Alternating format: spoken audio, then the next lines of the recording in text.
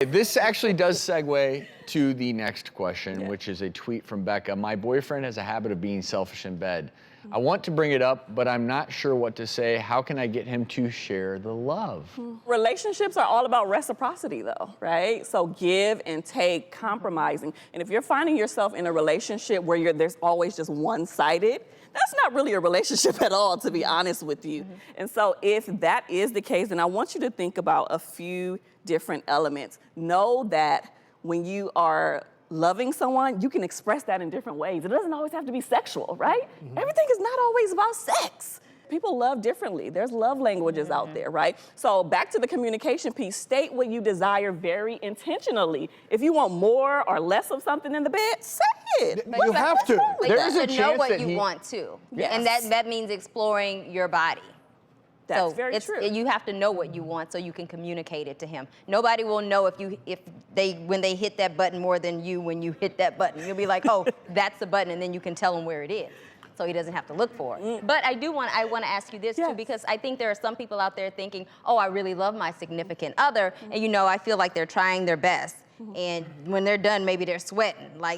They give it their all. But it's not quite what you were hoping for. How do you have that conversation? I think that's a very candid conversation to have. It can be a little rough sometimes because no one wants to know that they don't have good sex, right? No one wants to say, oh, you're bad in bed. Like, that sucks. Hey, but you want to be nice to them. You do want to be nice to them, but at what point, no one just overnights have bad sex, right? So either it was like a progressive thing or they've always been horrible in bed.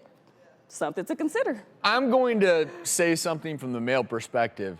Never overtly tell your man you're bad in bed. I said be nice. He'll never recover. He will never recover. It gets back to, I'm not a therapist, but I know you tell a man that, and he will never have confidence.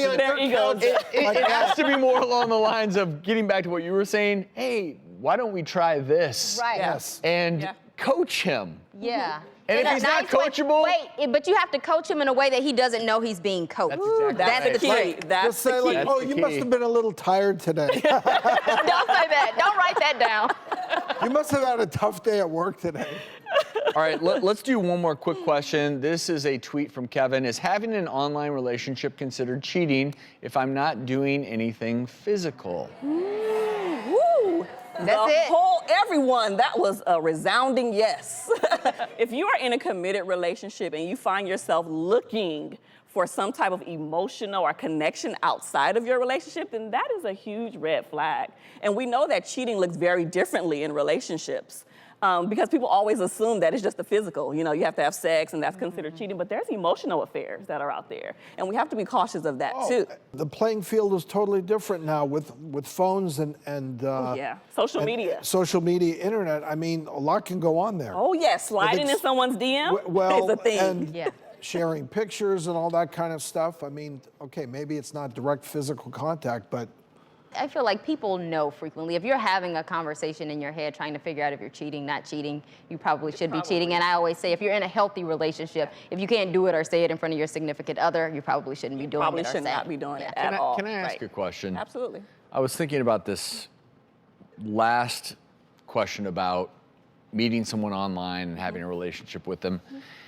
If it gets to that point where your significant other is having an emotional relationship with someone else online and your communication is so broken, does there come a point where you just say, you know what, we can't even communicate enough to keep you offline from flirting with other people?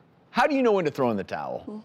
I tell people all the time to exhaust all avenues before throwing in the towel. Whether you're married or just in a committed relationship, you want to say, I've tried everything in my human ability to make it work, because you don't want to get into a relationship or end a relationship with all of these shoulda, coulda, wouldas, I should have. You want to exhaust all avenues, so make sure you do that. We could go all day with this. We're going to try word association. We need to bring you back.